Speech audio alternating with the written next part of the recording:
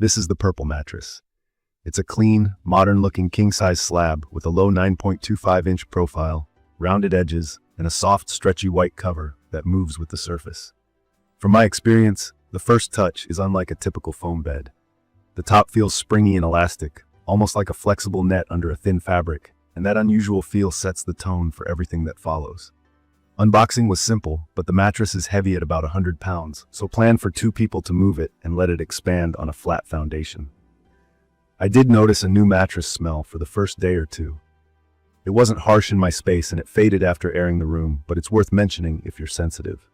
Once it settled, the cover looked tight and the corners filled out properly to the full 76 by 80 inches. The core of what makes this mattress different is the GelFlex Grid.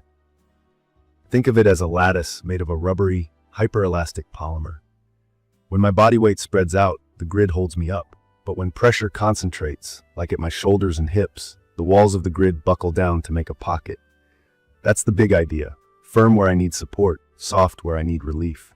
There's a thin, stretchy cover on top so the grid can move freely, then a softer transition foam, then a denser base foam that keeps the whole thing stable. Around the edges, there's firmer foam to reinforce the perimeter, a tweak the brand made after earlier versions felt too floppy at the sides. The feel is a bit of a paradox. I get a buoyant lift with a squishy give right under pointy areas. I don't sink slowly like memory foam. The mattress snaps back the moment I move. That responsiveness stands out when I change positions. I never feel stuck, and that quick rebound makes the bed feel lively. Motion isolation is still surprisingly good. When I plop down on one side, the initial shock gets absorbed, so small movements don't jolt across, though a soft ripple can linger for a moment. For couples, that balance of calm and bounce is a strong point. Key features that matter most to me are pressure relief, temperature control, and that mix of responsiveness with motion control. On pressure relief, the grid really does cradle shoulders and hips when I'm on my side. I get the sensation of being supported and cushioned at the same time, which help my shoulder feel less pinchy after long days.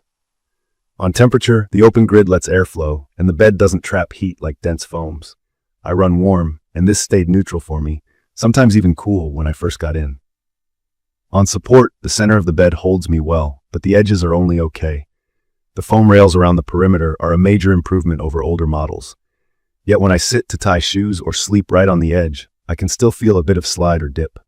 From my experience, firmness depends a lot on body weight and sleeping position.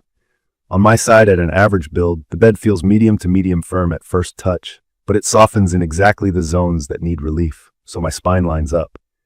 On my back, my hips sink just enough while my lower back stays supported, which is what I look for to keep my lumbar calm. On my stomach, I need a flatter, firmer surface to keep my hips from drifting down.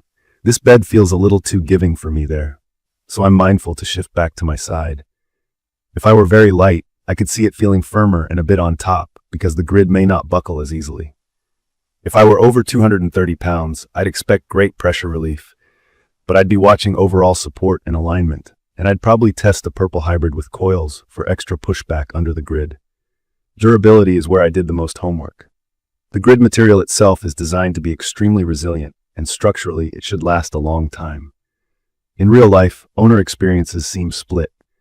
I've seen many reports of excellent comfort for years, but I've also run into reports of early body impressions and sagging, even from lighter folks. I haven't owned this long enough to speak to multi-year wear, so I'm flagging it because consistency matters. In my opinion, the comfort and cooling are real wins, but you should factor in the risk that your long-term experience could vary. I also checked how warranty claims are handled. Some buyers say the process is smooth, while others describe a lot of back and forth with measurements and photos. If long-term support is your top priority, I'd keep careful records, use a proper base, and add a protector from day one. For sizing and specs, this king measures 76 by 80 by 9.25 inches and weighs about 100 pounds. It's made in the USA, carries the model number 10-2123632, and has a 4.4 out of 5 average from a couple hundred published ratings when I last checked. It's listed among mattresses in home and kitchen, not discontinued, and first appeared a while back, so it's a mature design with some revisions along the way, including the edge support update. It's perfect for me when I want pressure relief without that slow sinking memory foam feel. I sleep warm and the airflow is noticeable. I also move around a lot, and the fast response makes that easy. If I were a dedicated stomach sleeper or on the heavier side, I'd be cautious with this specific all-foam version. If I needed a very firm edge to sit on or share a smaller bed, I'd manage expectations about the perimeter. If I wanted the same grid feel with more backbone, I'd test the coil-backed hybrid. I'd recommend this for someone who runs hot at night, sleeps mostly on their side or back, prefers a responsive surface, and wants targeted pressure relief at the shoulders and hips. If you're curious about the GelFlex Grid, this mattress is the most direct way to try it. From my experience, there's a short adjustment period where the grid feel goes from strange to natural, and then it becomes hard to go back to traditional foam because you notice how much cooler and livelier this feels. If you're sensitive to edge stability, prefer a flat, ultra-firm stomach sleeping surface, or you're concerned about long-term impressions, you may want to sample the hybrid or compare a few options side by side.